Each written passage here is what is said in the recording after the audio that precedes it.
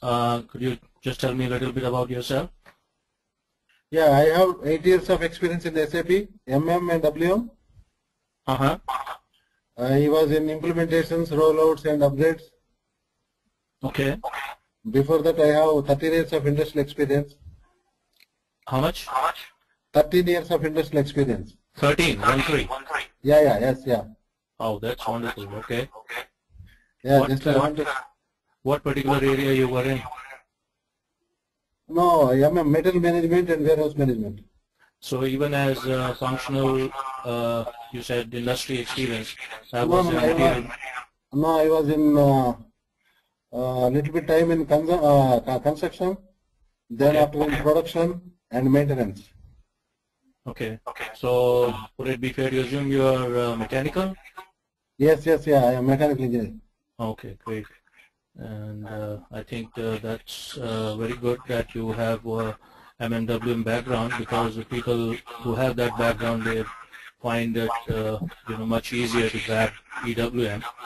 Not Yes. that that's essentially there's a very little overlap, but conceptually you can make out better. Yeah. Okay, what about Shashank?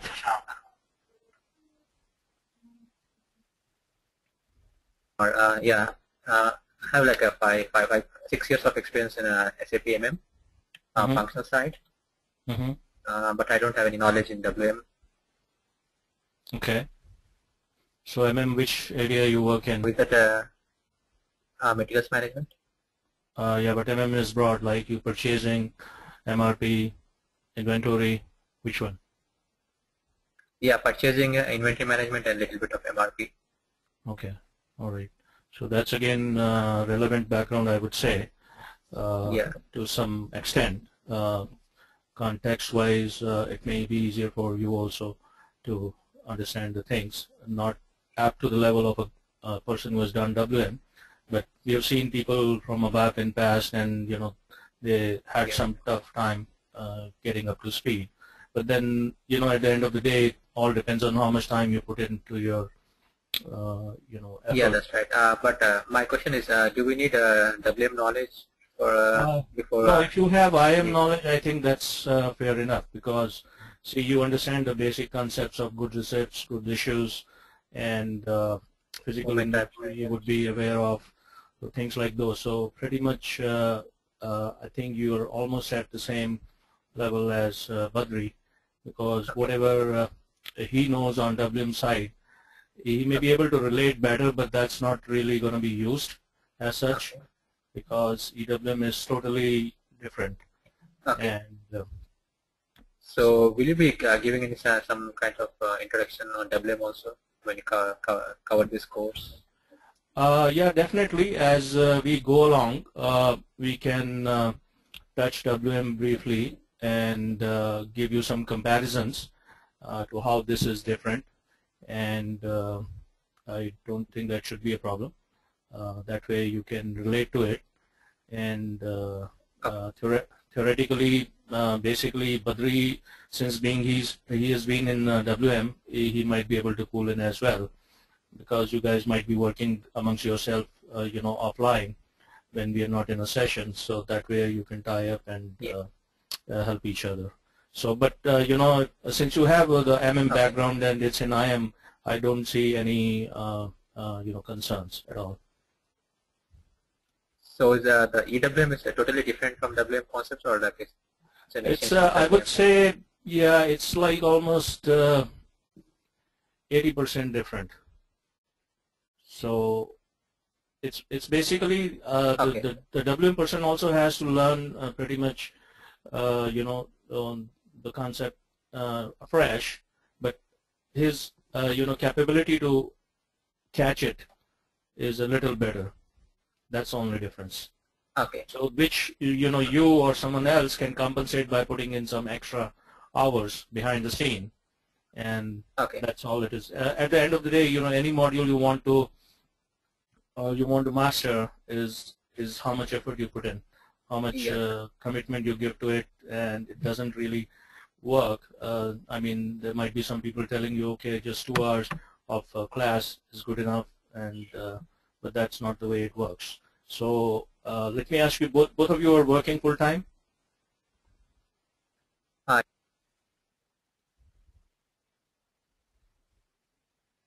Hello? Hello? Yeah, I couldn't hear you. Did you say something? No, nothing else. Just I'm asking.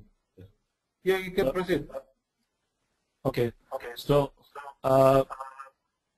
let me ask you, Badri, what you expect or what you think EWM is. Since you know WM, let me understand what your understanding of EWM is. No, just I want to know what are the extra functionalities which EWM gives, and what in which way, how we can, what are benefits. I want to know the benefits of EWM rather than WM. Okay, the way this works, there is no transfer order, transfer requirement in EWM. That's totally replaced, first of all. So how the data flows from R3? Data flows from R3 to core API core interface. Okay. And there is no direct goods receipt. Everything is going through a delivery replication process. So when you create the delivery in R3, that gets replicated over to EWM. It's just a copy, and then maybe we should go just step by step, because otherwise Shashank may not understand. Okay, no issue. Carry on. Right? Just I want to know the benefits of EWM. Yeah, there is a lot of benefit. Just I will answer your question. In WM, you don't have labor management, and you don't have cartonization, which is come up with the EWM 9. You do have value-added services. I don't know if you have worked or not, but most of the people I run into, they've not worked in value-added services in WM. And similarly, you have resource management, which is not there in WM. And RF-wise, you have very limited functionality in WM, whereas EWM gives you a lot of functionality out of the box. So, for example, if you have to do,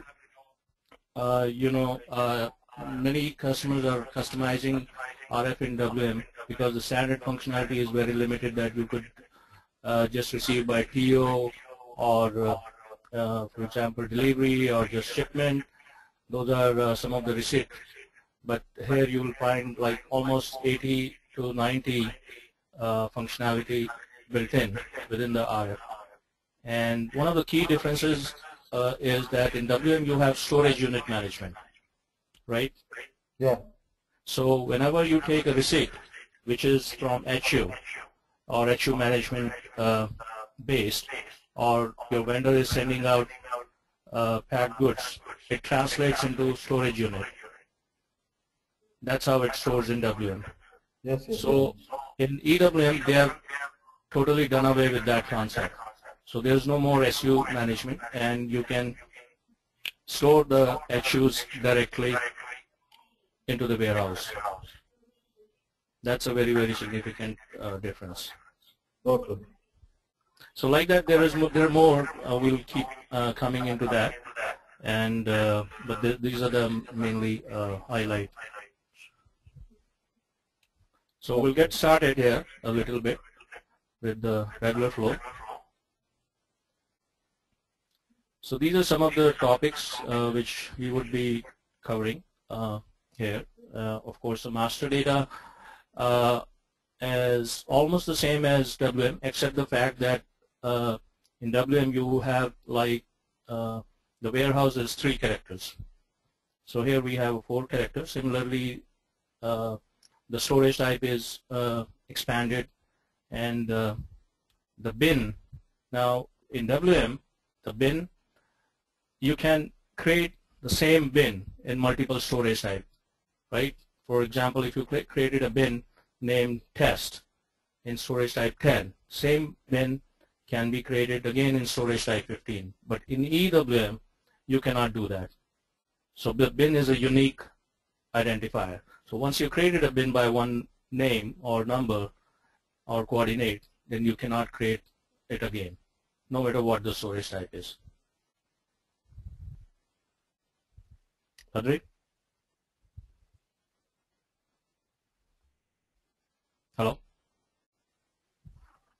Yeah, yeah. You can carry on. Okay, Yes, Shashank, sir. are you okay? Yeah, I'm okay. Okay, because I might jump some of the things, basics, so just stop me. Of course, today is a demo class, so it doesn't matter much, because eventually when you do it, you'll be covering everything. And then secondly, we have the ERP EWM integration, in which we'll cover how the data is moved, basically the way I explained, the delivery replication process, and how the master data is created in ECC, and then it gets transferred over to EWM, how the documents are transmitted, and same way following it up, we have that CIF integration model, and we create a distribution model, which ensures our data transfer both ways. New concept they have come out, which is kind of similar to the picking areas in WM. They call it activity areas in EWM, and the difference is that you can combine multiple bins from multiple storage type here. So you're not just restricted to one storage type. So from 3 storage type, you want to work in a particular area, so you can club the bins from those 3 storage type and allocate that activity area to particular activity. So this is again new in EWM. After that, we have direct put away and complex put away. Now WM does not offer complex put away. The complex put away is a process oriented storage control based, where you can include the processes based on the customer requirements. For example, the customer need is that once the goods come, they're delivered from vendor, they need to be deconsolidated, the packing needs to be opened, they need to pack it in their own way, and they need to do some oiling, they need to do some other process to it. So they can define their processes, and this whole flow is automated. So there is not really a manual process involved that you have to keep on creating the warehouse task again and again. Now warehouse task is kind of more synonymous to the transfer order in WM. So essentially that term is totally gone. Similarly, your transfer requirement is more synonymous to a warehouse request. So they are different terminologies, but again their functionality is also a little bit different, which we'll see how it flows through. And the layout oriented storage control, again this one is more based on a layout rather than a process. That's another way of controlling. This one is a little bit similar to the WM, because in WM you have a pick point and ID point based flow which you can control. So this is this functionality is a little bit similar to what we have in WM. After that, the slotting and rearrangement, again this is not available in WM. So basically this is a very good efficiency enhancement functionality they have provided. And what happens is that like seasonal products, for example, it's a rainy season, you need umbrellas, and you bring in the umbrella to the fast zone, and when the season is gone, then you put it back. So this slotting and rearrangement, this allows you to evaluate the frequency with which the picks are being the pick frequency, basically how often the material is being picked. So you do the settings in the system, and then you keep doing the slotting runs. So the system will automatically find out what is the best placement of this material. If some material is not moving, then that's moved back further into the storage type, so that the things which have to be moving fast, so there is less time spent in picking those items. Basically it eventually boils down to how efficient or how optimized your warehouse is.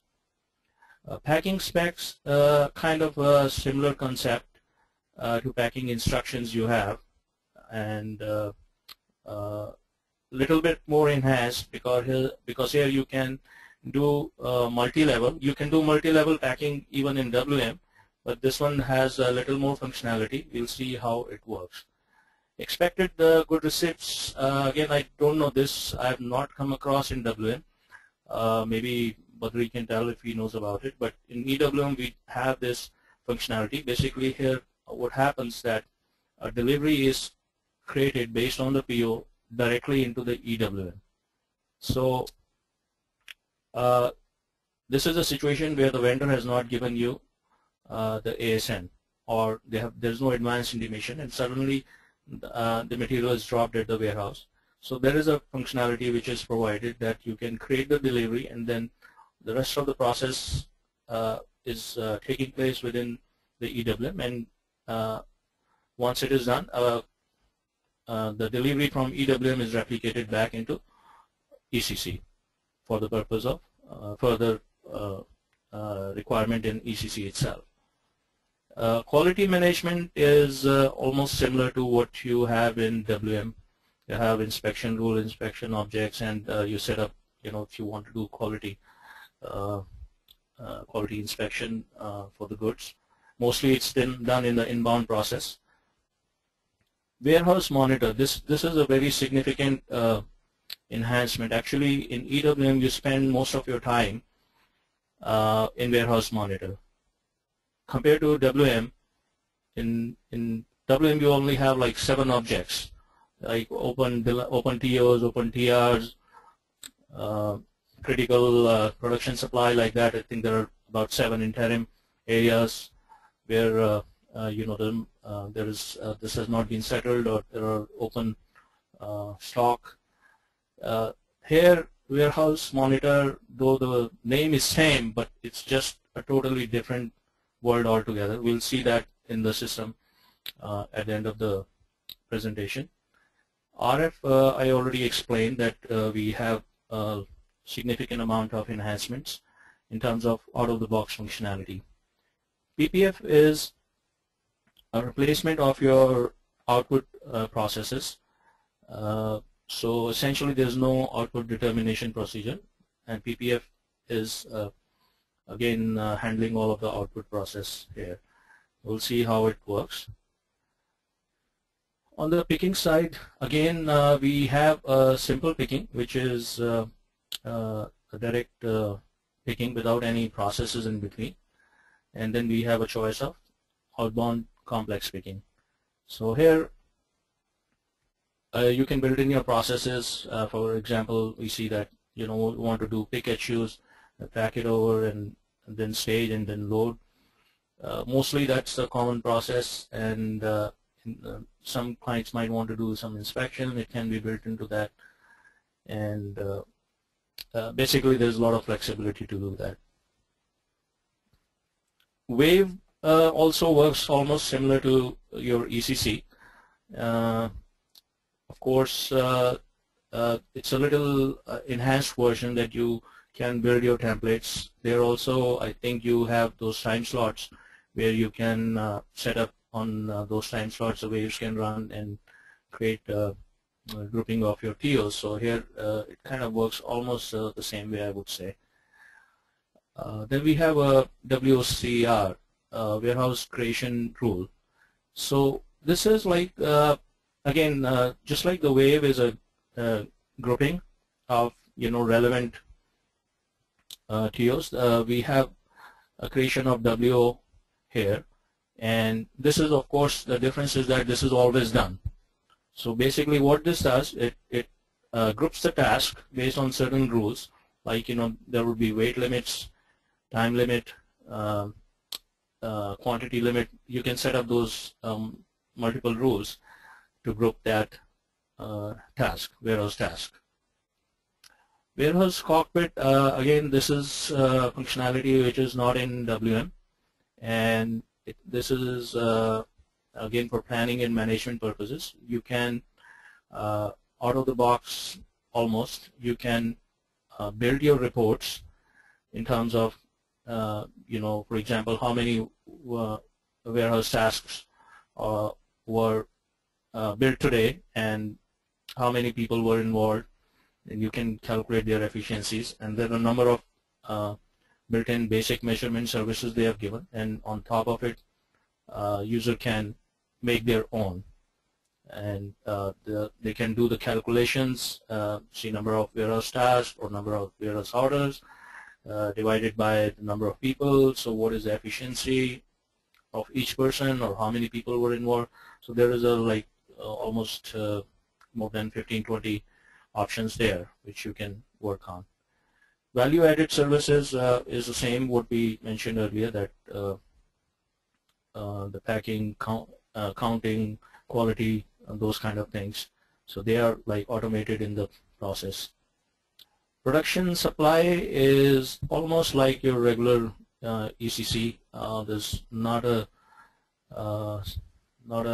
significant difference in EWM as such, because all EWM is doing is just staging of the production parts and doing the receipt eventually. Labor, new in EWM, labor management. That's completely for the purpose of doing the evaluations of labor, how they are performed. So they give you an option of identifying how the labor is spending time. For example, they have gone on break, so that can be recorded. Direct tasks, the picking and put away, how much time they took. There are standard times which you can feed in, and then there are engineering standards which are done by industry standards that can be uploaded, and it can be compared to that. And you can do this in WM also, but that's to a very limited level, where you can put in your actual and planned times comparison by putting in performance parameters, things like those. ELS, I just mentioned, engineer labor standards. Material flow systems, this again you can interact with the PLCs and create the flow directly from material flow systems over to your storage types, the regular storage types, and you can monitor that. For that we need a emulator to establish the process, but in practice that's how the conveyors and your other forklifts, they interact. So there is a different kind of setting involved in that process. Kit to stock and kit to order. This is again not available in WM, and basically what you do here is it's like a BOM. So similar to BOM structure, that for example you're selling a computer kit. So you sell the monitor separately, and you also sell the keyboard separately, but then you also sell it as a kit. Monitor, your CPU, your keyboard, mouse, all together. So what this does is that this allows you to make the kit in the system and have visibility, and then store it. Then it is called kit to stock, and then you have kit to order. In this case, once you get a sales order from the client, then it can be assembled accordingly. So essentially kind of little bit towards a variant BOM situation, where you can store various kits based on customer and things like that. Physical inventory, cycle count, posting chain, replenishment, there's practically very little difference here than your regular IM or WM based processes.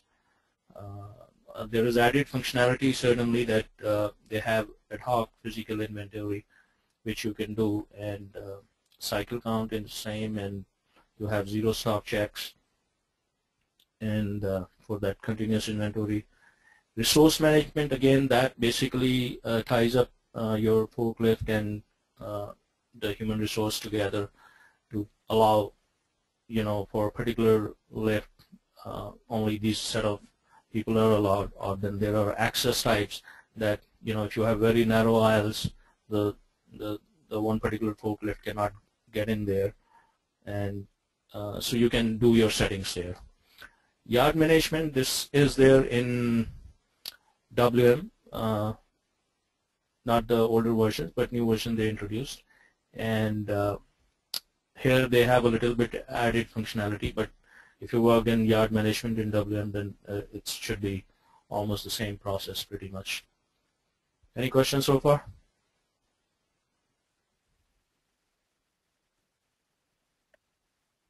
Badri? Nothing from me, Kumar. Shashank? No, nothing else from me. Do you use the RF guns and barcoding? Come again, Shashank. I couldn't hear you. I Did you think say it's better something? to use the RF guns and barcoding, right? Yeah. So we use the same concept in EWM also. Yeah, pretty much. But see, in WM, there is I worked in a project where, you know, for 6 years they were doing customizations. Now, obviously, this is a Fortune 100 client, so they didn't want everything. But I mean, you know, when I came to EWM, and I was just thinking, you know, what a waste of time. Almost like 12, 13 developers and 4 functional people for so many years. So you'll see the difference. I mean, if you've seen what RF in WM is, you'll find out they have built-in exception codes. You know, there are no exception codes in WM RF. And I'm not familiar with RF guns, so just wondering whether we cover the topics here. yeah. So in fact, it's very easy to do in EWM. We'll see that how, you know, you can build in various exceptions. For example, the picker goes to a bin and doesn't find, you know, the material is there. So then he can enter an exception code and trigger a replenishment from there. I mean, this functionality is not there in WM. If Badri has worked in RF, he would know. And of course, you know, I know we did this, we built this functionality, but it takes a lot of time. And you have to test. Because whenever you customize, you know, you have to look into so many avenues that, you know, thing is not broken. So we'll see that once we get there. And like, I think now, by now, Badri would have got some idea that, you know, how it is different. I mean, I probably mentioned few things when he asked me that question, but after going through this list of topics, you'll see there's like almost 60–70% extra than what is standard WM is. Yes, understood, yeah. All right, great. May I know, see, this how much time it will take to complete this EWM course? See, I'll tell you, bottom line is how much time you want to put in. We can complete the course in 8 weeks. If you if you're dedicated, okay. And you know, any module, I'm certified in some modules, and I have the same way, Badri, 10 years industry and 10 plus SAP. Yeah. Now, you know, SAP is vast, so even though I have 10, I cannot say I know everything. I know SE, I know MM, I know WM, I know EWM, and I know one more module which I certified in, but I didn't get a chance of ever working in it. Okay. So, but after that also, I cannot say I know everything. No. Just not to get it. Yes. So it's up to you. If you can spend time, dedicated time, I'll work with you that you get it completed in 8 weeks. Our target is 8 to 10 weeks. But then, you know, if there are people in the group, I mean, who are totally, you know, from, let's say, technical background, then it becomes, the process slows down a bit. But we'll try to ensure that, you know, it's done in a way that everyone is up to the pace. Okay. Good. So this is a brief on the history, and this would probably answer some of the questions which we raised, that, you know, how essentially, we'll not go into 93 and all that, but this is where you see the extended warehouse management came in, and this is where they introduced in the regular WM the yard management, cross-docking, and value-added services. So most of the people who have worked in WM have not used these. Yes. So essentially everything is new for them then. And this labor management is there, and we have both the systems, EWM 7 and EWM 9. EWM 9 just came out earlier this year, and it has like voice picking, cartoonization, and some other enhancements. So we are trying to set up EWM 9. If possible, that's what our target would be, to get the training on EWM line. Okay. Okay, so I guess this is just thing, and this is just a standard warehouse, but we might be aware. I think Shashank also should have an idea. Though this picture is basically about the layout-oriented storage control, but you have the bulk, then you have a high rack, and probably this is a narrow aisle or something like that, shelf. Your goods is sit area, goods issue. Features. So this probably again explains what we have: the voice supported put away and picking. We also have dynamic route planning within the warehouse, but that's a functionality which is I've not used it, so that's not a part of our process or of our course curriculum also. And task interleaving we can do. That works the same way the way WM works, and the batch and the shelf life almost works the same way. There's no difference.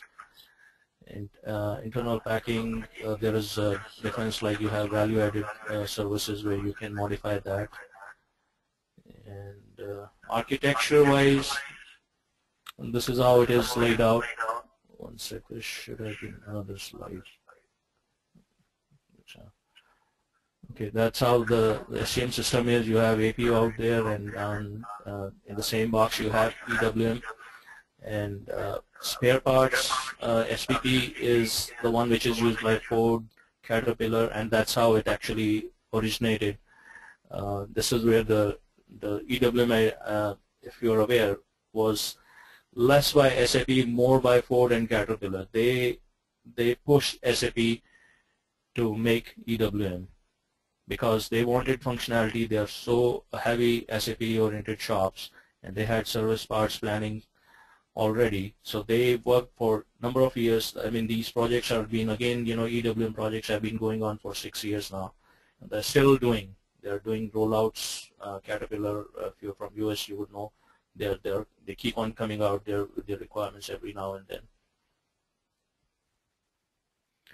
So this is again a brief on that high SKU volumes. This was essentially originated from the service parts planning related requirement by these customers, so they can handle volumes, and the rest of the process is just basically a little more a stronger workhorse compared to WM. And one key thing I think which you may like to know, that SAP has stopped investing in WM. They're not really replacing EWM yet. I mean, WM is not being replaced by EWM yet, but that's the direction probably 5 years from now. So if you're in WM and you really want to be in the industry for long, EWM is the way to go. So the sooner the better you shift over to EWM, you'll gain advantage before others, follow the track. So that you have that 3PL integration and all that. So integration-wise, it's better. These are the key business processes which we already went through pretty much.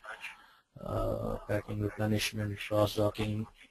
Cross-docking, again, there are a couple of additional choices here compared to WM. Transportation cross-docking, and we have EWM opportunistic cross-docking, and there is one more, but we'll just briefly touch it during the course.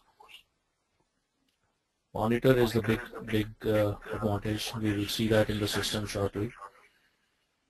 And, handling units are resource material flow system.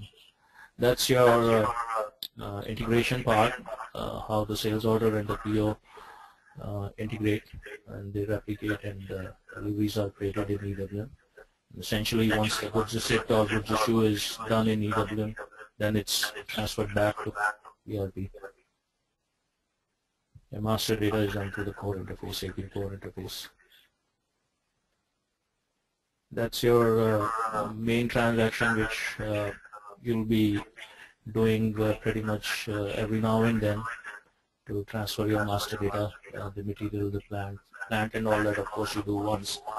but material is done quite often. And that's your interface. So essentially, the tool storage location, these are like the standard ones. Of course, customer can have any names. One is ROD or RD00, which is receive on dock, and this is for receiving. And then you have AFS or AF00, which is available for sale. So you attach your two SLOCs to interim warehouse, so you still have to create a WM warehouse, but then we set it up as a decentralized warehouse, and then we make some settings for EWM in that. So this is called an interim warehouse. We don't create any storage type in that, so it's only the warehouse, and then we map it out to the EWM warehouse.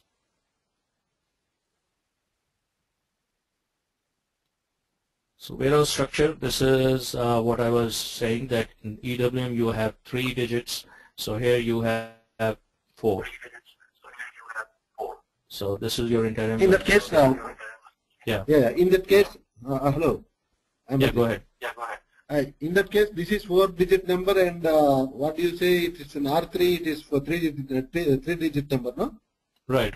You have 902, right? Your standard default for goods receipt, and your 916 for shipping out to customers, and of course you have like others too, 914, 911, etc. Okay.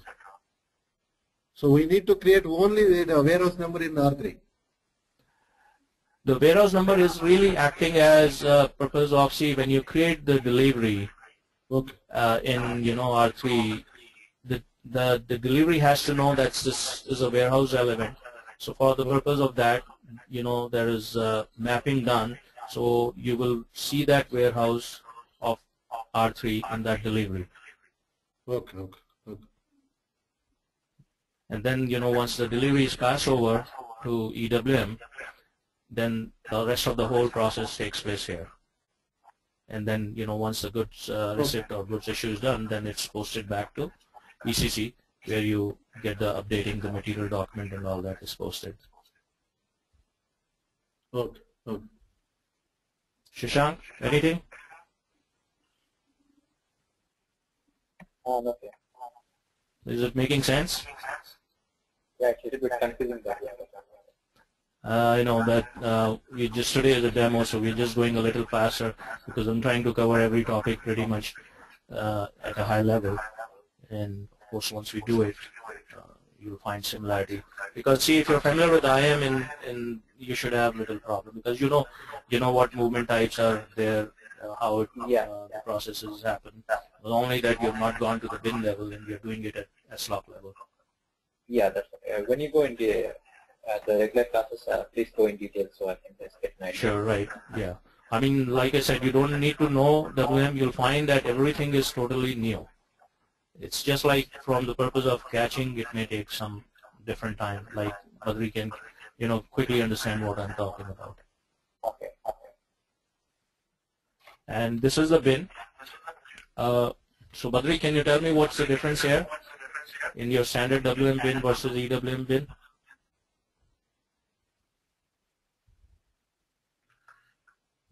I think coordinator structure is not there in, no? Right. You're exactly right. There's no coordinate structure in WM. So this is where your other, the travel distance I was telling you, those things come into play. When they create, how much a distance the picker has to travel between one bin to other bin, this is where these coordinates come into play. Okay. Of course, there are more fields, but this slide has one, like you have bin section, bin depth, bin angle, and things like those. A few more fields, but mostly that's the major difference. Okay. And this is your sorting. Here you always have to do sort, which was not a functionality or a requirement unless you're doing a cross-line stock put away or fitting over there. And here, every time we create a bin, it is sorted in the system so that the index is created, and then you can reach out to whatever particular bin as per the strategy. So it's not exactly a put away and picking strategy like WM, but conceptually it is the same. It's called something different, we'll see that. So this is a small synopsis of how the inbound process takes place. I guess both of you must be familiar with this. You see the slotting is mentioned in the starting. That's basically because the slotting is run, and then that can change your put away bin.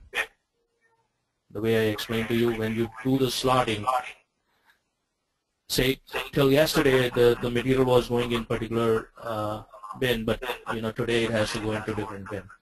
Today onwards for next 3 months till the season is over. So the slotting makes that changes in the product master, which is basically your material master. In the product master you have fields. One is your current indicator for put away, and then you have proposed indicator. So once you make it available, then that's overwritten. So ASN, the same thing. Transportation units, again, if you're familiar with shipment, then you know how it works. Only process here different is that this TU gets attached to your yard management, and you can post your stock to TU. Some customers, they in fact have TU as a storage. So for them, this is an added advantage that you can keep your stock visible while still it is at transport, because when you attach your TU in vehicle, then you have deliveries assigned to it. It works almost the same way in your VD01, but here you'll find some additional functionality as we go forward. So goods receipt, put away bin determination, and unloading is again a part of the process. Deconsolidation is new, where we break up the incoming HU. So that's just like your mixed pallet. So you get mixed pallet, you break it up, and you have 2 material in that. So you create 2 packages and send them to let's say large parts or small parts. So the vendor is sending it all in one pack. But as far as your storage goes, you have to put it in different storage types. So this is where your deconsolidation comes into play, because these 2 materials in EWM, we put a identifier which is called a consolidation group. So when the system sees that okay, the incoming material has the two different consolidation groups, then it knows that it has to do a deconsolidation. Of course, if you've built in the process flow like that. That's your delivery structure, pretty much the same. You'll see text management and completion partners, but we have some additional things, and everything is done through profiles. So now determination procedures. It's kind of pretty much standard, gets into shipping, so we won't be doing this particular area as such, but just an idea of how it is. So this is how the delivery is replicated. The vendor sends you ASN, and the first thing you get is IDN in EWM, which is essentially a copy of your inbound delivery. And then after the IDN, there is a replication again to ID.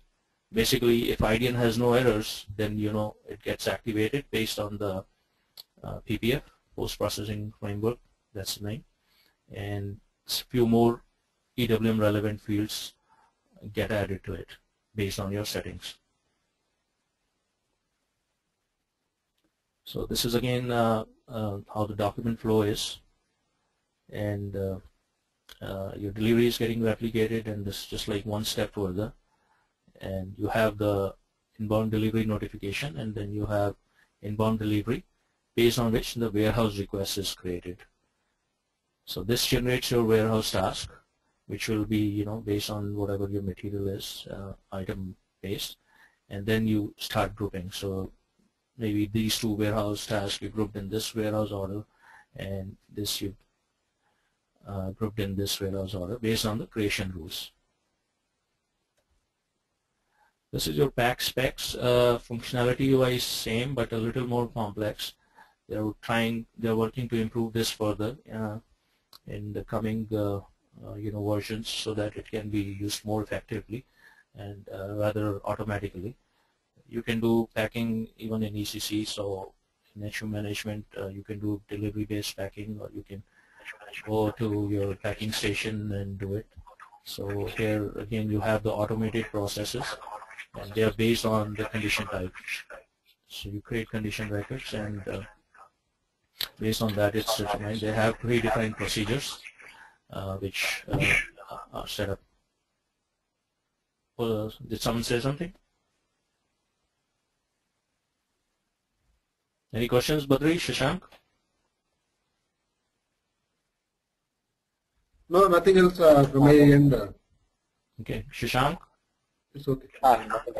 Shashank, feel free to ask. I know this is just an overview, so everything will be repeated, but if you run into something which is totally not making sense, just stop and ask. Not a problem. Okay? Yeah. Okay. And this is how your automatic HU creation. Same thing, pack specs. One is for palletization data, the other is for warehouser order, and similarly ATP and all that. Of course, we are not involved with that, but it is used at multiple places, and they're trying to enhance the functionality so that it can be used in other places. That's a simple way. Now there is no movement type here. Instead of that, they have created a warehouse process type. Again, this is a 4-digit compared to your movement type in ECC, and it allows much more control. I wouldn't say much more control, but see, the IM movement type has a lot of functionality or features or configuration, but on the WM side, there is very little you add once you map your reference movement type to IM movement types. So compared to, if you're comparing to a WM movement type, then the warehouse process type has more control. We'll see that, and it's used the same way in put away as well as in pick-in or internal. So anything you do pretty much has to use WPT. Of course, there is a default setting, so which will be a default all the time, but if you want to divert your flow, you have to use this, especially in your process-oriented storage control. This one takes a significant controlling factor. So this is your, the 1010 is set up as a standard warehouse process type for put away for a simple process, simple one. Means there is no other process involved. Straight away you get the material and you create POs, warehouse task and orders, and deposit or put away your material. Okay, this one now when you're looking at the searches, so there's we have a put away control indicator. This is just like your those indicators you have in WM view for stock placement and stock removal. So stock placement, we use PAC here, and these are the factors which can let you control how the flow goes. So basically it's almost like that same table you have over in WM, and it can be driven by the document type, item type, or the priority. And the search has been modified a little bit, so we'll see how different it is from WM. And again, your hazard use rating is they've just created 1 and 2 rather than a water protection class you have there, right, Badri? Yes, yeah. So there's no WPC indicator, but they have given you 2 indicators for hazmat here. Okay. And so you find you create a search sequence, and then there's a lot of flexibility that you can change your storage type, and you can, like, I mean, there you go into OML by and or storage type and do your settings. Here we'll see how it is different and much more flexible. Okay. And that's your storage section search. Again, the context wise, it's the same thing. You have section indicators, management ratings, and you can go into the fast section or medium section. Same way your OMLZ out there in WM. I don't think there is any difference in that. Pretty much the same. This is your bin type. Again, bin type search is on the same basis, and here you have the HU types, which again is same as your SU type over there. And the concept is same. There's no difference. You say you create bin types, and then you allow your particular HU types in that bin types, and you can control your validations. So this is your deconsolidation process flow.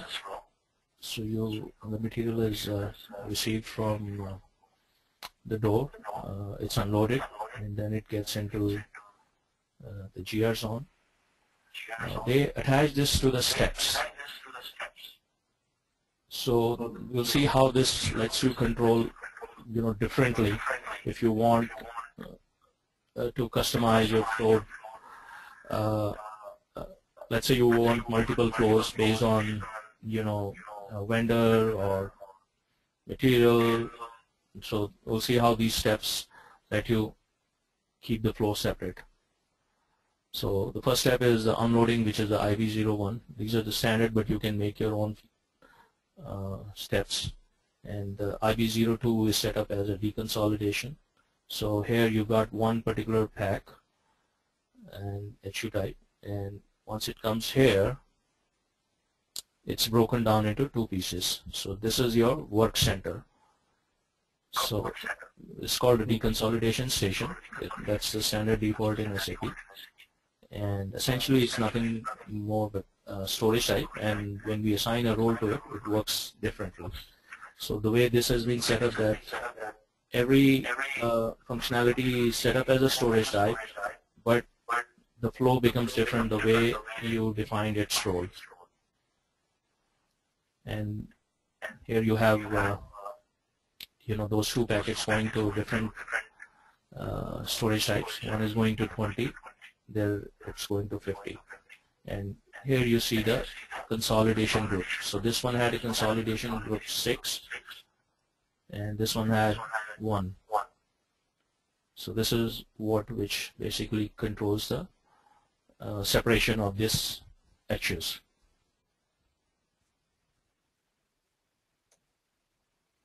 Okay. Quality inspection again, that's a part of the flow. If you are doing a process oriented, do the quality inspection or counting, and then you deconsolidate or repack depending on your needs, what the customer wants. So this becomes a complex put away. We call it complex or process oriented, is the same thing. And then then you have another material which is coming directly now, and this is going straight to the pallet storage. So this is a direct put away or a simple put away. So here we have two deconsolidation areas.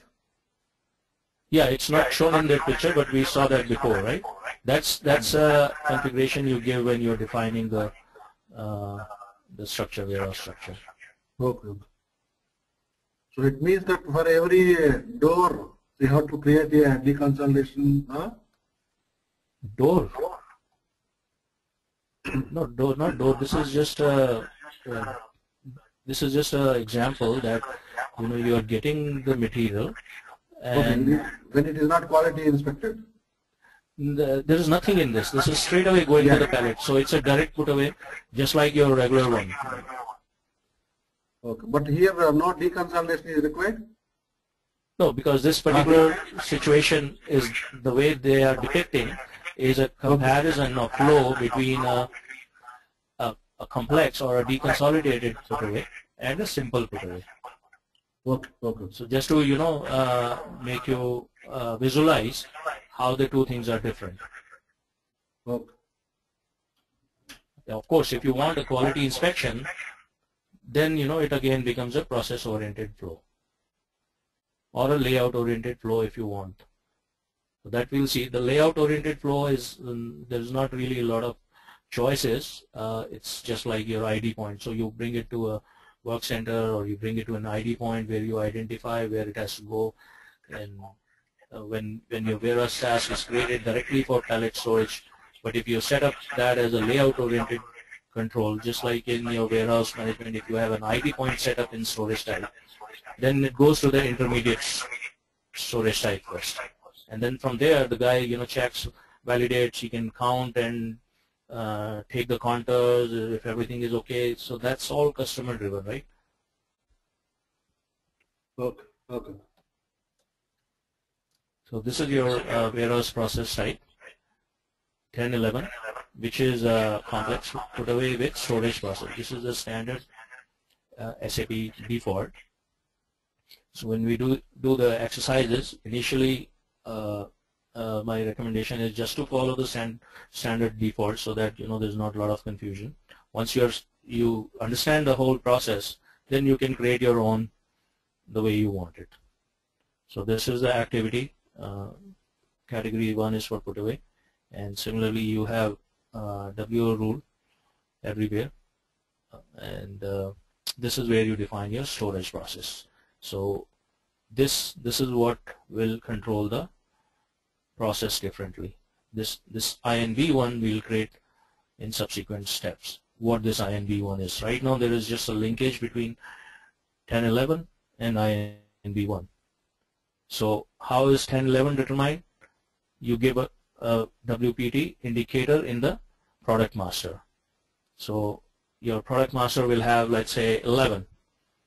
So there will be a determination where okay, it's 11, and what is the WPT for me? 1011. So then the flow comes from that product master over to this place, and when it finds here 1011, then it says checks this. Okay, there is a process control. Then it goes to the next step, and here you have your source storage type. This is your door.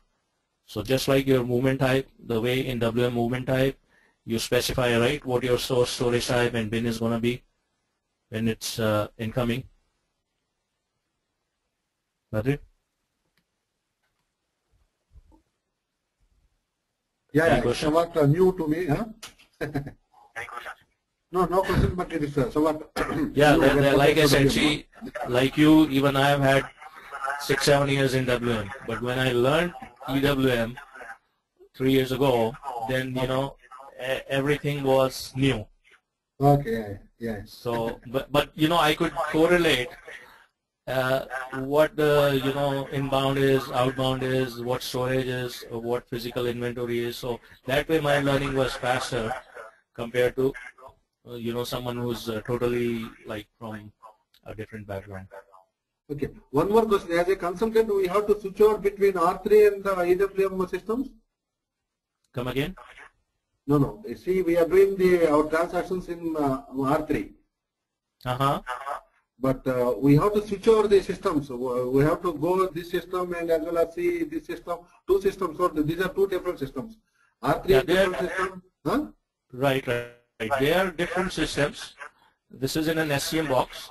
Okay. And it can be decentralized or it can be loaded as an add-on, but decentralized is the preferred way, because SAP is going in that direction that because isolates if your EC3 is down, this can still continue working. So that's their recommendation to implement decentralized way.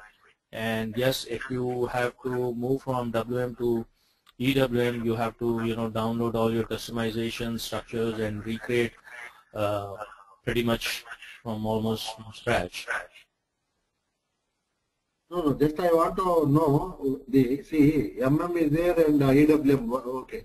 then only in one single system we have to do, or we are going to do in two different systems. This No, we have different systems. I'll show you at the end of presentation. I'll show you the systems we have. Okay.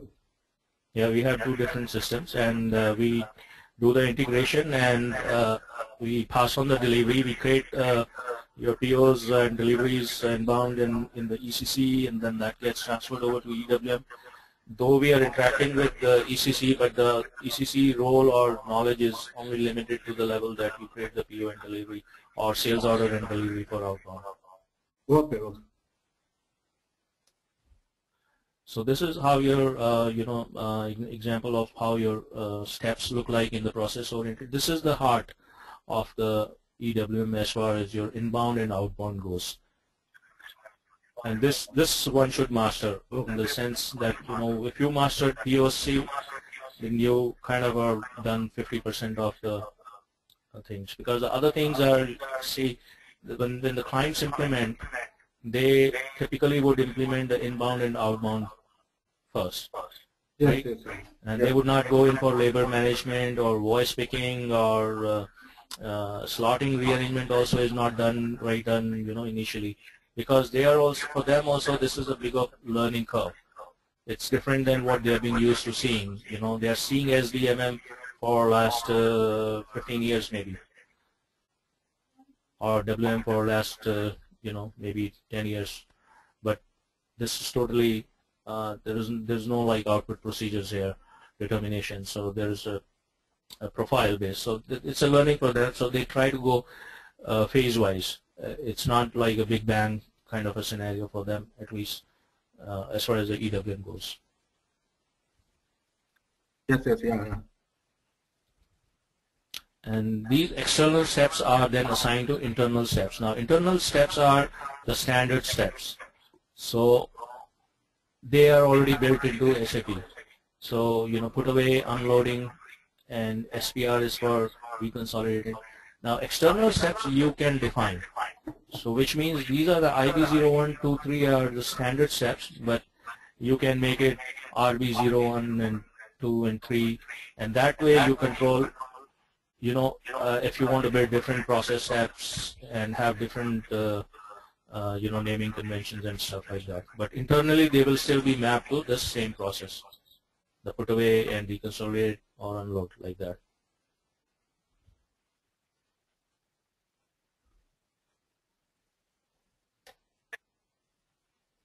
Okay. So that's again a very straightforward example of how a simple put away and a simple picking comes. So as we are moving on to outbound now. So the outbound standard default is 2010, the warehouse process. Essentially same, it goes out to the GI zone. This one more example of one more thing. For process-oriented control, you always need HUs. So that's where it works. For product task, it goes directly here. Which means if you have material which is not in HU, so the same truck has HUs also, and it has material also. Why do you think that's the reason?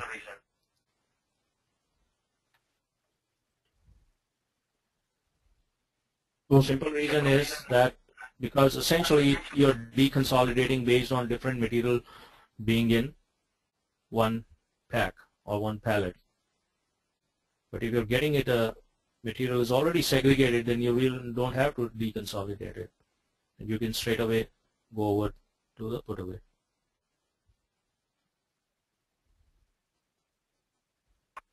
That's an example of RF. It's just a standard one, almost similar, but you scan your HU, and then if you've seen RF in WM, then you'll see almost similar thing as far as the screen goes, but then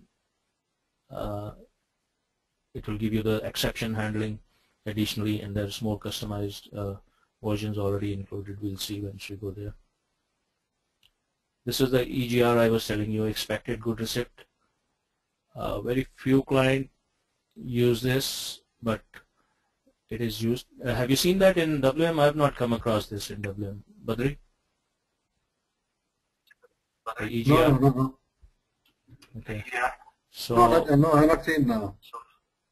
Right. I mean, I also learned that only while doing the EWM project. So this way, you create a goods receipt notification, pretty much like your IDN, and then you activate it, and you have a EGR. So here you see this is where your ID is, inbound delivery is created, and it is being sent back to ERP. So really, ERP is depending on inbound delivery from EWM in this scenario. And then of course you have your other warehouse task related process. That's your document, pretty much just a document which I think they've included. We'll see that in the system also. I don't think we have EGR examples here, but we'll see. Shashank? Are you okay? Yeah.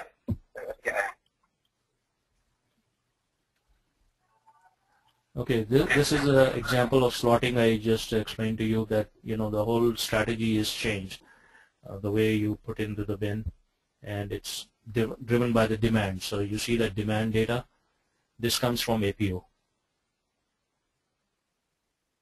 You know what the demand is. APO does that planning. And based on that, your storage section can change. The storage section search sequence will change. Storage type search also can change at times, but mostly it's oriented towards the storage section change.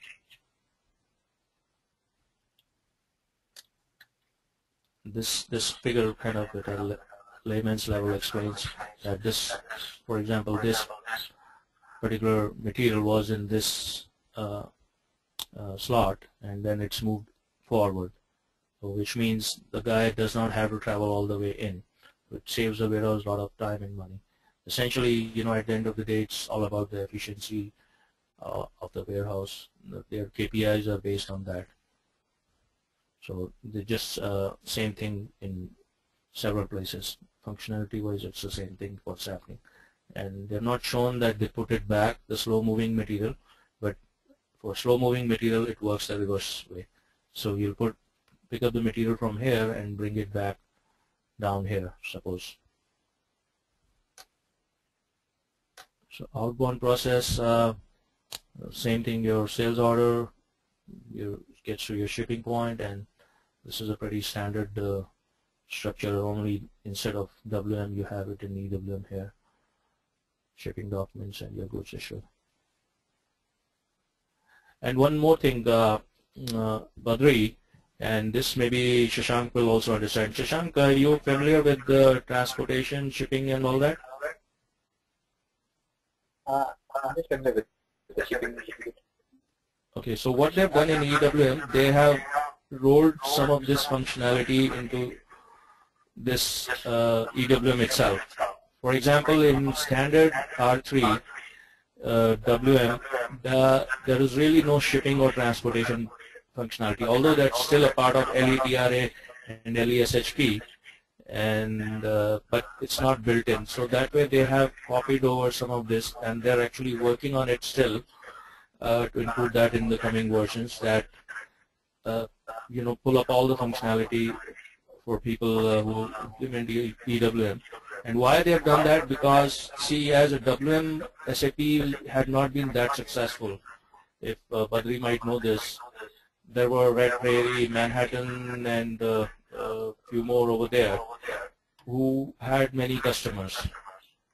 So SAP has been late to the game, and so those were the best of the breed, and they offered a lot of functionality. So with the invention, or you know, not invention, but with the coming of EWM, now SAP is competing with most of these people, and the clients are trying to replace this, because, you know, they certainly, no one wants two or three to deal with 2 or 3 systems. So because there are interfaces always involved, and the core, they have SAP, but for WM they had other vendors.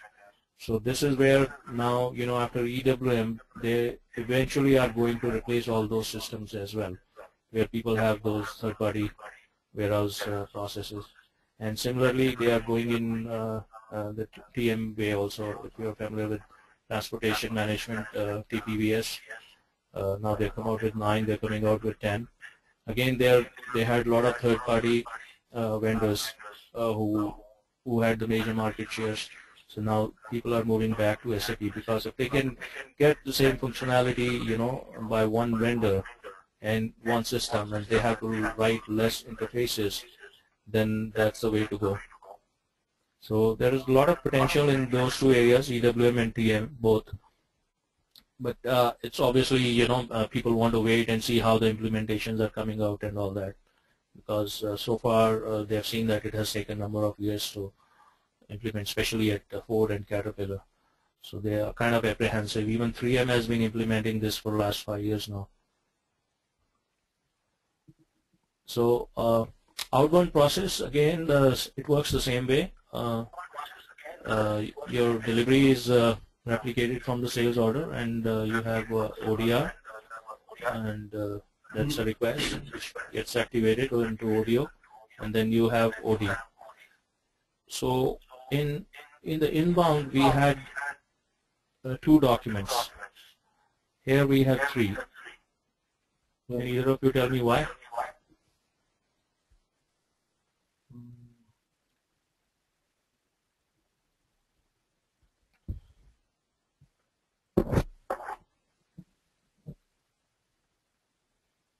Okay, because see, when you send goods to customer, a copy has to go with the shipper or the transportation, and it has to reach customer, typically your delivery note or challan, things like those. So that's the third document which goes along with it. For inbound, you don't need that, because you're really getting it for the inward movement. Okay. So that's your the same picking. This is like your direct, you pick up, it's coming straight to the pick. Here you have, in between processes, you have value-added services, and then you have pick, pack, and stage, and load. Just a small example again.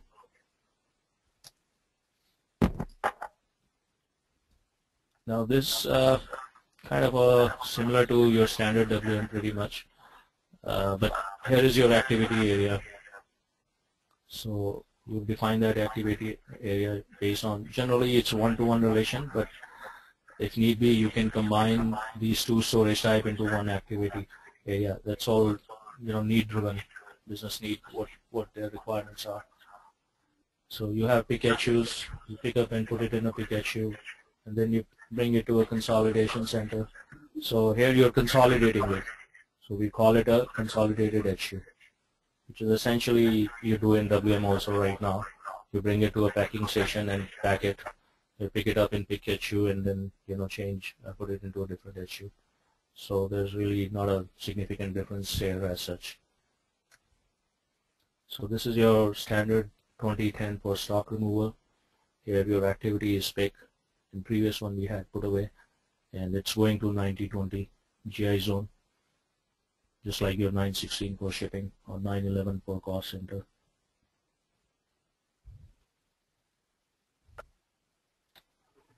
This is where your I was referring to that the search table from WM is different than what we have here. So you assign a storage type search sequence, and you have a sequence here. So you can define these storage type, in what sequence you want to pull this up. And the benefit is that you can assign the same search sequence over and over again to multiple process products.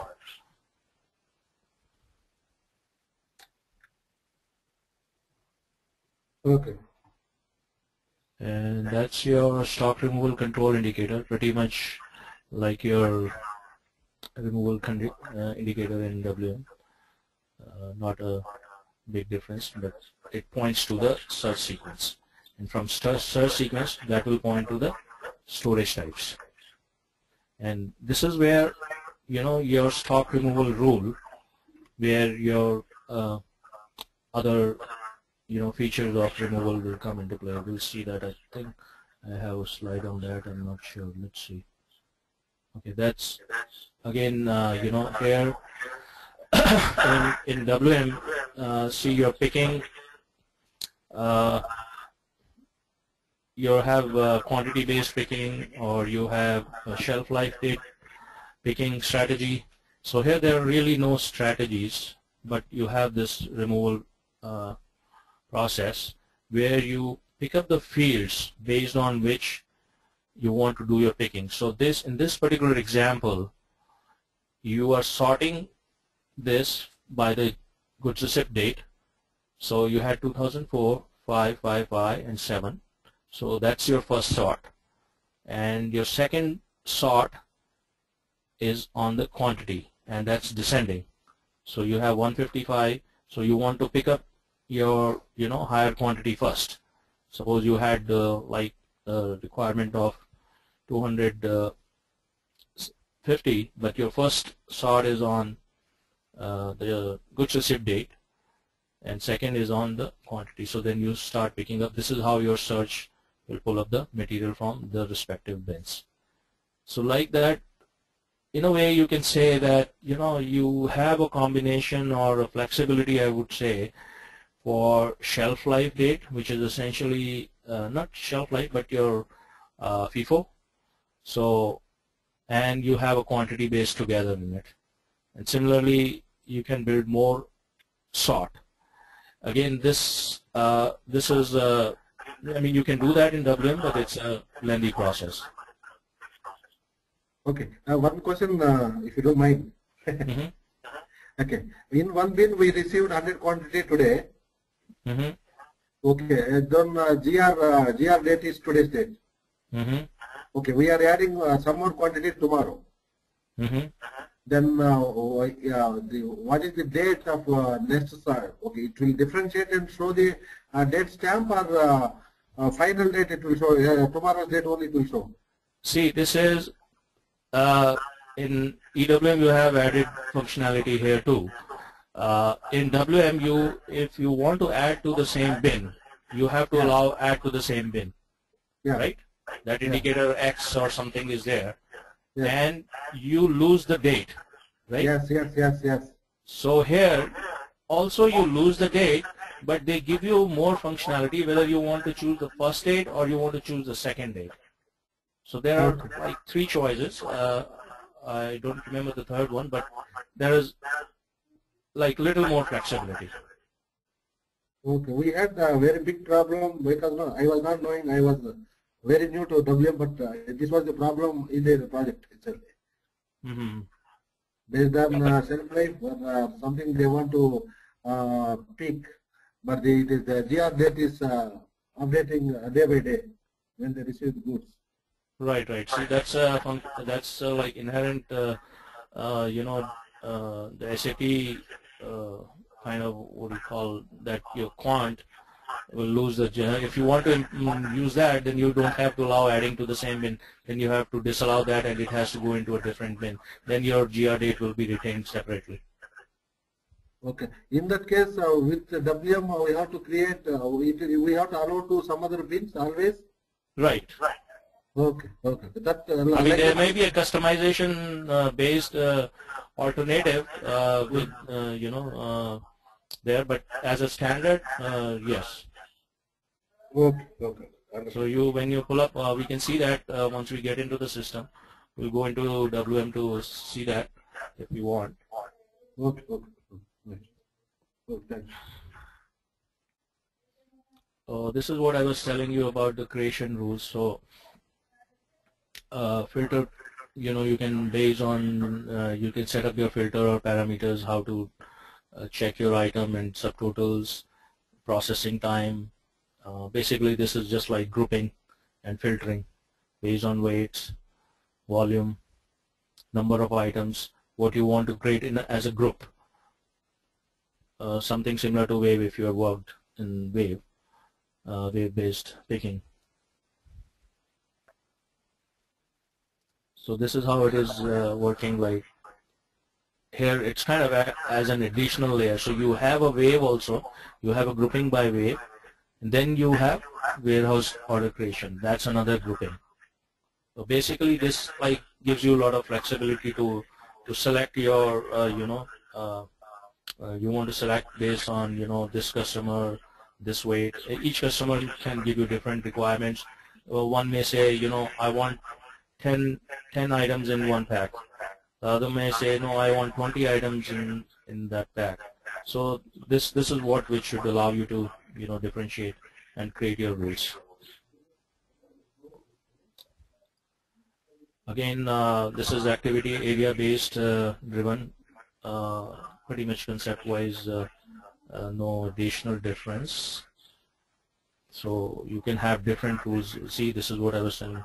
WOCR2 for this one, WOCR3 for this one. So you have different rules. So here it grouped 4 warehouse tasks. Here it grouped only 2 warehouse tasks. And then it creates a warehouse order 4711. That's 3 and 4, and this is 1 and 2. I mean, this is all up to how much you want to play with it, but I mean, as a concept, if you know that you see one of them working, then you know what the things are.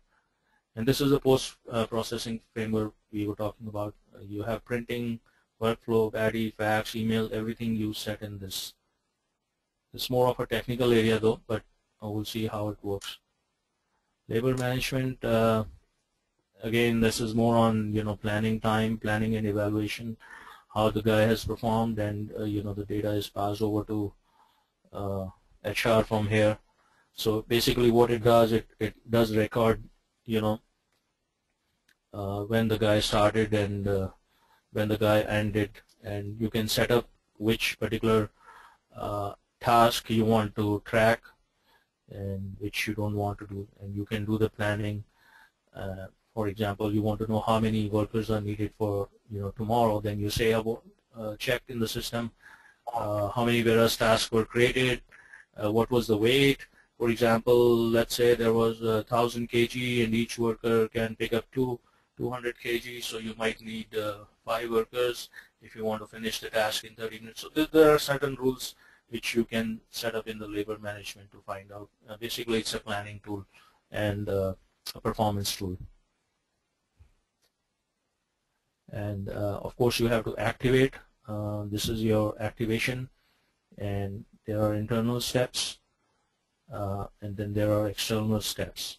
So once you activate internal step, then you have to go and still figure out your external steps for which you want to allow. I mean, not figure out, basically it gives you a additional flexibility that you can still do some more filtering of what you want to track and what you don't want to track.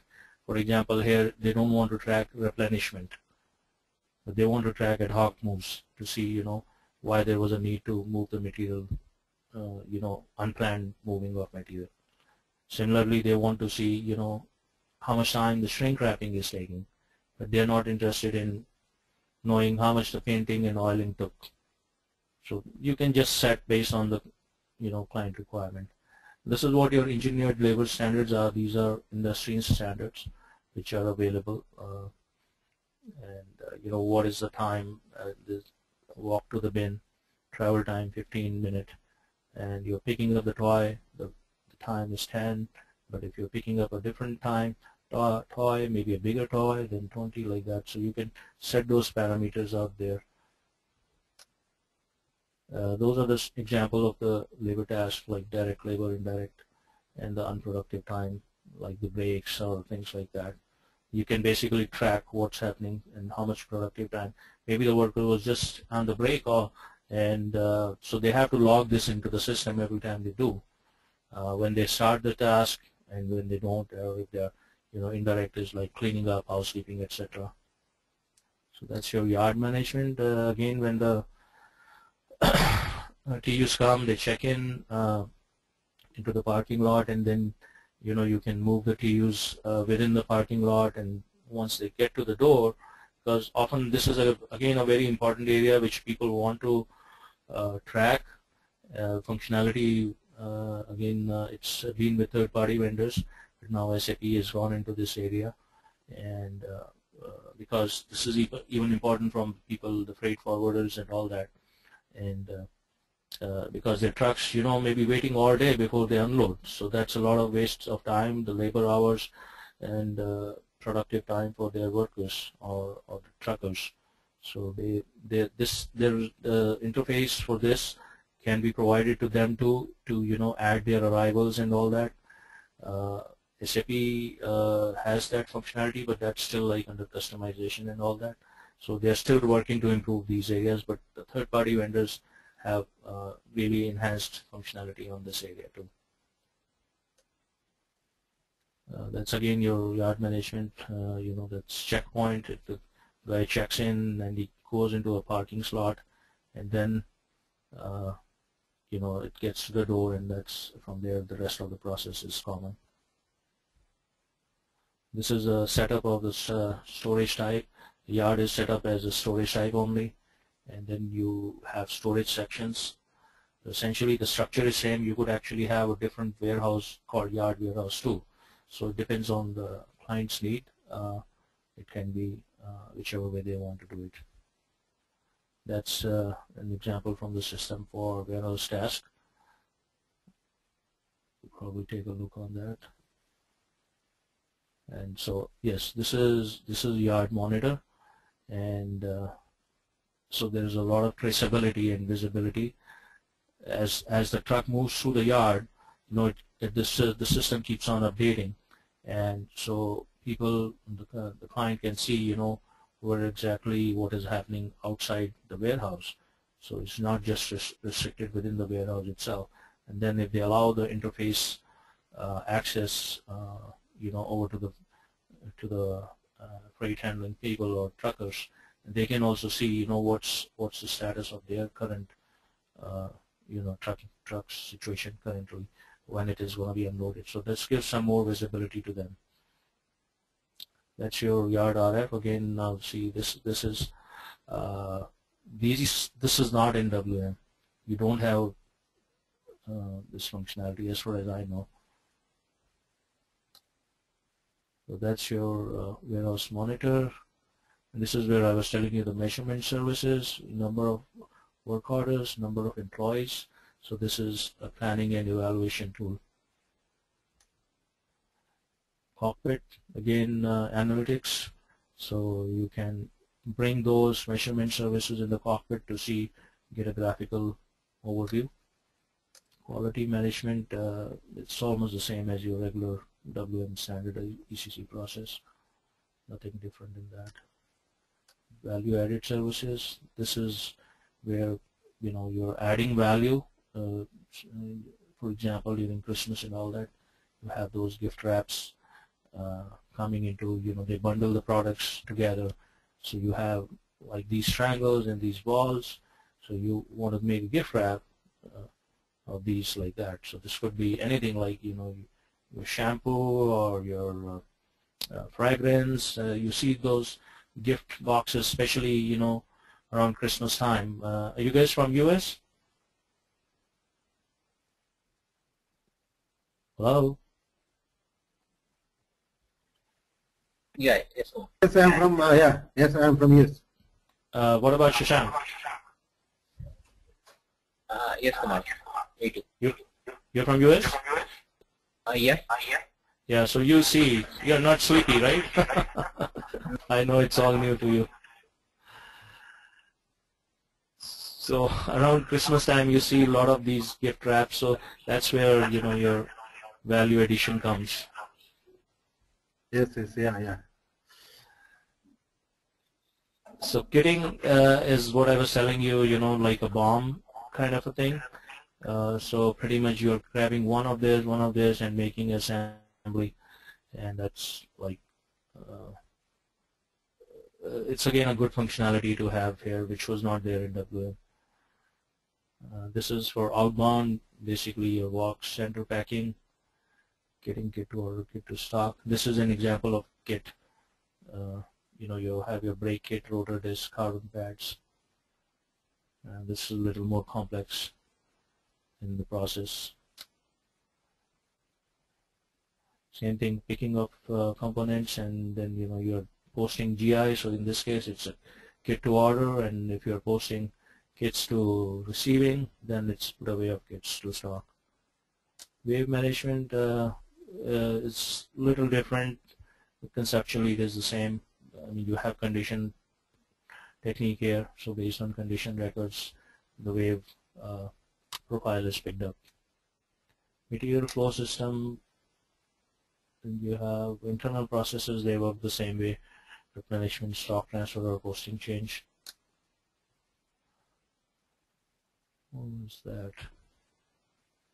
Okay, I think it's just like the slide has been cut off. Inbound delivery goes to 90-10, outbound is going to 90-20. That's an example of your RF again. Your source, 902. That actually is from WM. 902 W is zone. I think these slides have got cut down. So you have PLC interface, as you see there, which talks to your EWM. So you do that setup. And this is how your conveyors and all that material gets picked up from your crane. From the conveyor they go over to the crane, so there is basically a transfer from mechanical PLC over to systematic one. They do have their own software, but they have to talk to the SAP, so that's where this integration comes into play. That's your production goods receipt from production. There is nothing different here. And of course, production you can set up multiple ways that both your locations are based on EWM, or one is non-EWM, other is EWM. So there are, I think, 3 possible scenarios over there. The posting change, again the same thing, it can work both ways. This is that example of computer I was giving you, computer and chip, for example. Here they I think included the chip, the what do you call that goes into the piece, the board, motherboard or something. Same thing, you can put it back into the stock here. It's showing that it's going into the stock. I think that's it. Okay, we'll see. We'll briefly go into the system.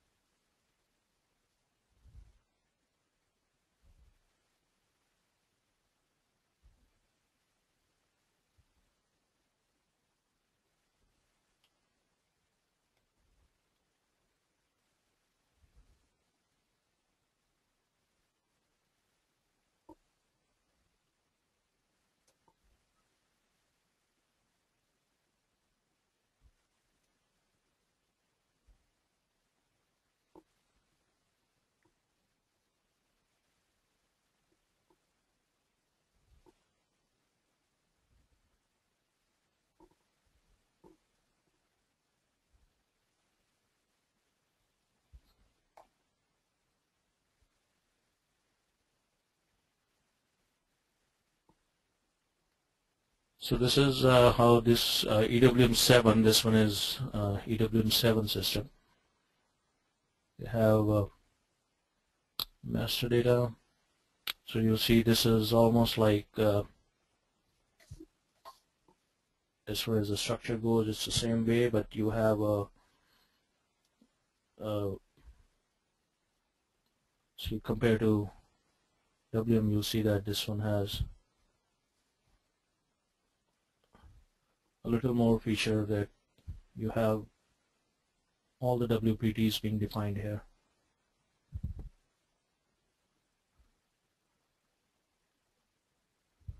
Okay. So if you compare with, I mean, I can open that, ECC also and do the comparison, but we'll keep that for the class. No, it's not required. Okay. So this is your storage type, the storage section the same way, nothing different. Additionally, you have storage type groups here, so you can group your storage types within the groups for more control or flexibility or grouping, we can say. And the bins are almost the same. There's no different bin types, access type, structure, Staging area, warehouse door. This is almost the same you have, but here again you have a door determination group. Similarly, staging area, you have a grouping allowed. You won't find this in WM. So shipping, this is just the same as WM. Yard management is here, so you define yard using the storage type and checkpoints. These are sections. Activity areas, I was telling you that you have to do and assign the bins to the activity area, and then you have to sort. Define sort sequence for cross line. Work center is where you have where basically you define your, so this is where you kind of, there gives you more control. Again, you have various steps. External step, I showed you IB01, this one is for output, OB03 is for picking, and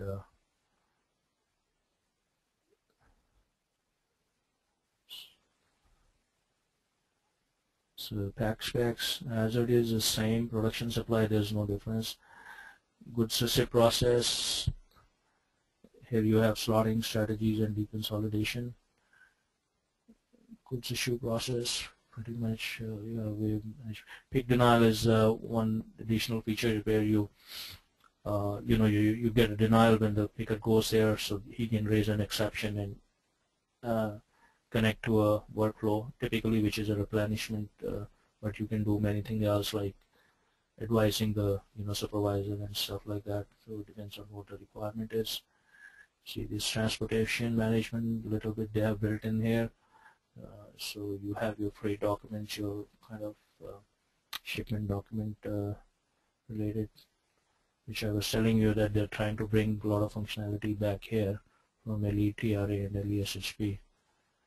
And cross-process settings, that's where you have most of the stuff. Cross-processing is what is common between inbound and outbound, internal, etc. So this is where your issues are, stock determination, and let me show you. So this is where you actually define your process-oriented storage control, the one I showed you there. So that's where your definition is. We saw inbound there, right? So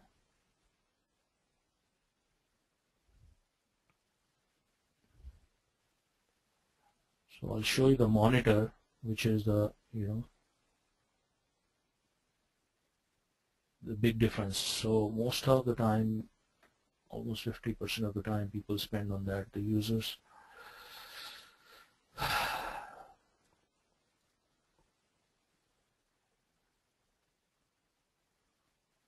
So keep that.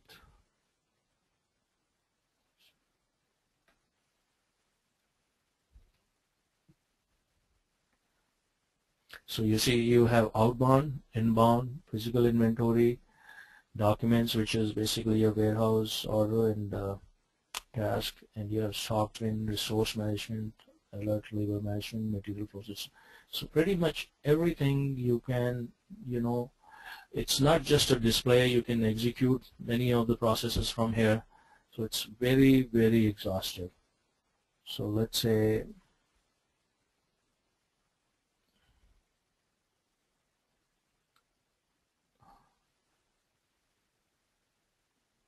inbound.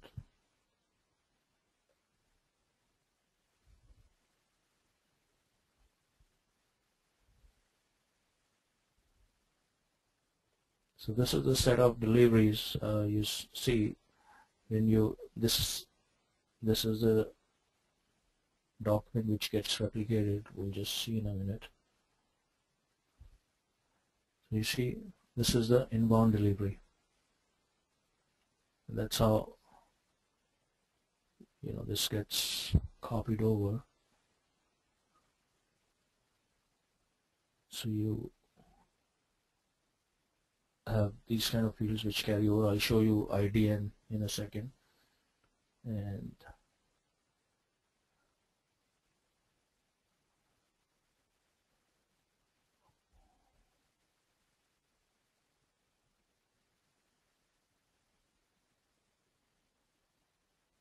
So see, this is where your warehouse process type put away, which is controlling the thing. This is a simple one. And when you go to this, and everything is here like the form and the line view. So this is, I find this like a lot easier to work on.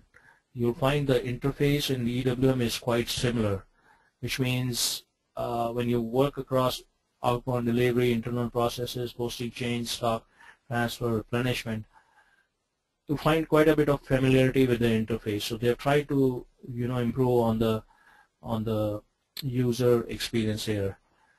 So that way you don't suddenly find it's a totally different document. And let's look at inbound delivery notification.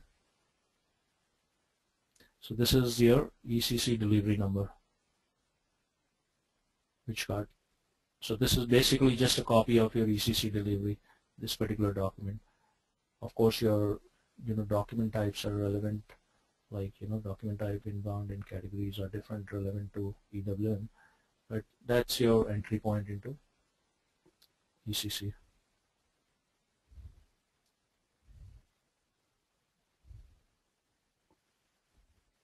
So mostly this monitor, now you might have seen LL01 over there. So this is just way too, I would say, on a scale of 1 to 10, if that's 1, this is 9 or 10 in terms of the functionality.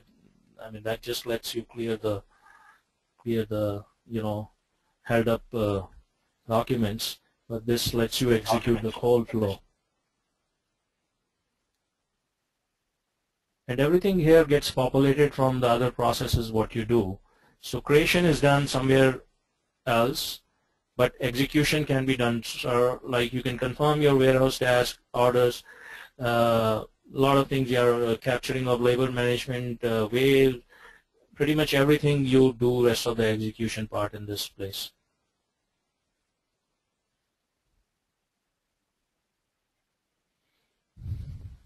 Okay, I guess unless you could have any questions, I think that probably does a cap of what we have for today. Try to cover that as much as possible. Any questions, any thoughts? I know Badri may be thinking a lot, but what about Shashank?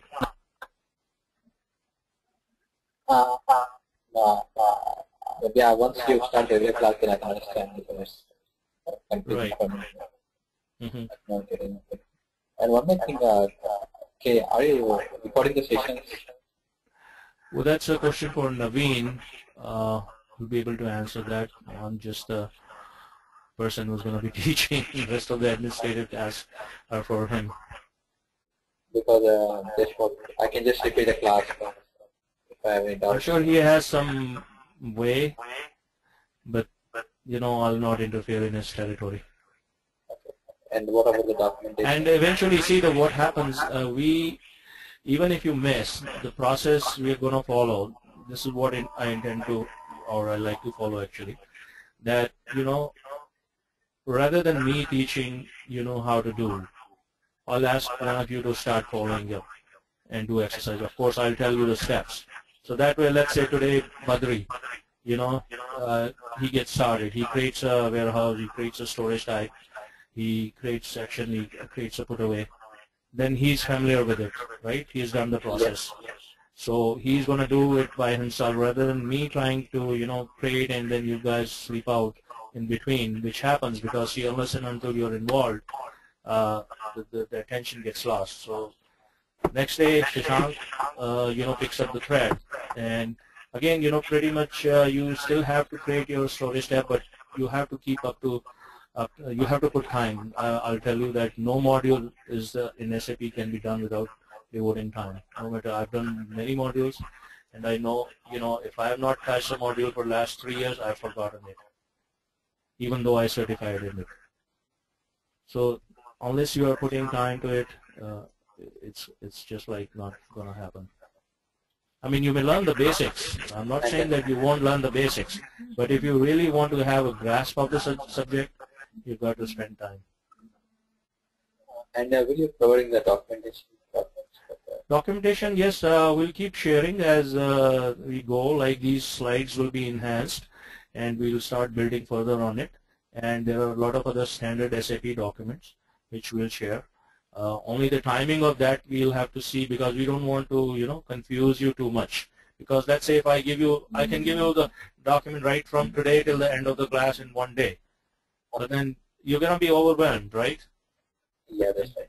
So it has to be like in the right sequence. So and in terms of the process, it gets quite a bit repeated. Like see, even in the till the last class, you create a material, you transfer it over to EWM, you replicate the delivery, because there are different scenarios, but the starting point still remains the same. You have to create a delivery in order to execute any of this scenario, whether it's a quality inspection, or it's a value addition services, or it's a like slotting.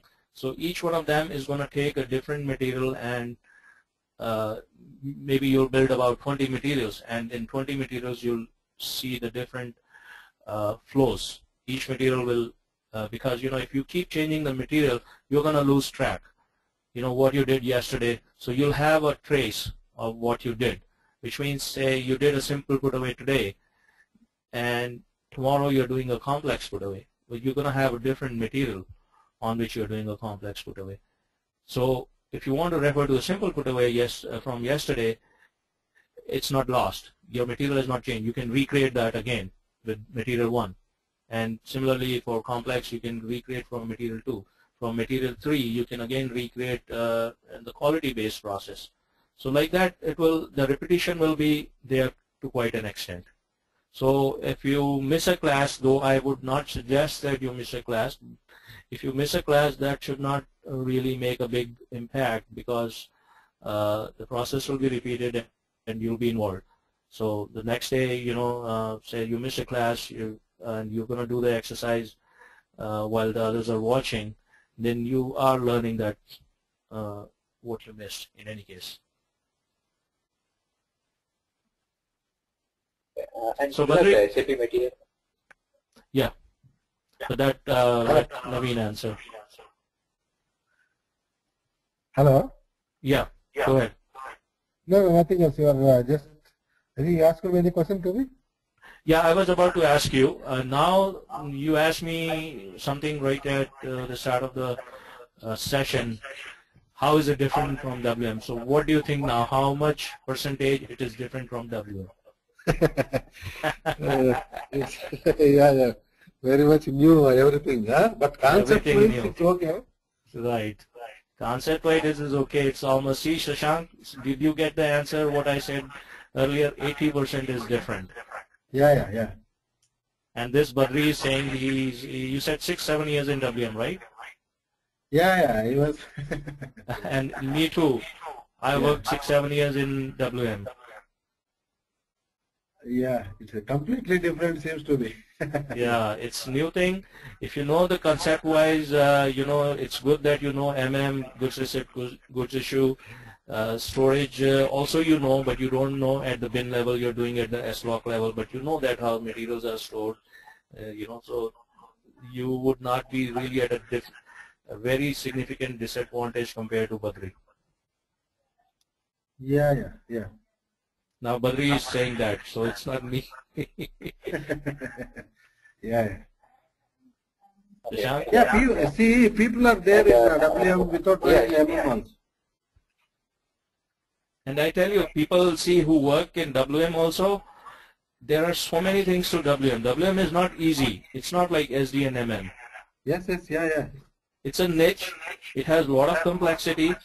I know I've done the drill. I've done a lot of customizations. I know, even after that, I cannot say that I know 100% WM. There are performance-related issues. There are interfaces. There is a production interface. The quality, people don't work on quality interface. So there are things. And RF, again, not every client is using RF. Unless you're working with like a big client, mostly people are not using RF. Because RF involvement is a huge task in itself.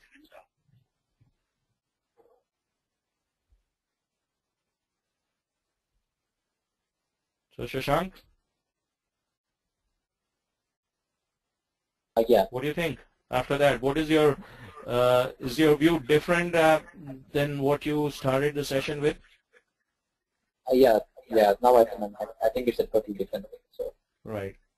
And no, in terms of whether knowing WM helps or not, that Badri has also validated. Yeah. I mean, I can tell you. See, I'm teaching. You don't have to believe me. If I say 80% different, and it's not going to make a big difference to you, whether you know WM or not. But if Badri is saying, who has in the background, then you know that it's the right statement. Yeah. Without WM knowledge, also we can. Yeah, absolutely. Yes. Yeah. In fact, the way it worked for me, I had to unlearn, forget WM, and then learn EWM in a way. Yes. Yeah. So even today, if someone asks me something about WM, I sometimes get confused. I have to, jog my memory, okay, because even though I'm out of WM, but, you keep talking to people and things like those. So, I would know all the T codes, LT24, LT22, what you do, LS27, SU, everything I would know. But still, when I was learning EWM to start with 3 years ago, then, I just had to ignore WM. Yeah. 100% correct. So I guess, guys, good talking to you, and was a nice conversation, and I feel better. Also one more thing. Yeah, go ahead. Do you take the classes daily or like on the weekend? See, it's weekend only. Daily it becomes difficult. If you're in US, you never know what time you come back. Commutes can be high. So, of course, if time permits, we can try to squeeze in because we have holidays coming in. So we can, the Thanksgiving is there, Christmas is there. So we know there may be more time than the weekends available on hand after November 25th. So then that way, if you guys want, and we have a proper team set up, it can be expedited. And honestly, I would also like to expedite it. Sooner the better, right? And on the weekends, like how many hours? See, hours-wise, generally, it will be very difficult to, digest anything more than 3. But we can see, yeah. Yeah, it's okay. So if it is 2 to 3 hours is okay. But even if we go further, no, as you said, we cannot digest. We have to track it there. Yeah. Right. And trust me, see, when I'm saying you need commitment, you need to put in hours. I know I logged so many hours when I started on this initially. Almost 5-6 hours each day. I was slogging. And still, I probably know only half of EWM. That's what I think. Though, I know pretty much all the areas. It's still so much in depth. It's much more than WM. How the market is? Sorry, what was the question? No, how the market and how the clients are for EWM. Is it good? Clients, Badri, they don't find consultants. It's a niche. WM itself is a niche. The rates are WM is better than SD and MM. Okay. And EWM is even much more better, but it's a niche. And certification is one thing which you should target. That helps you understand the concepts better. And this eventually has to replace WM. Keep that in mind.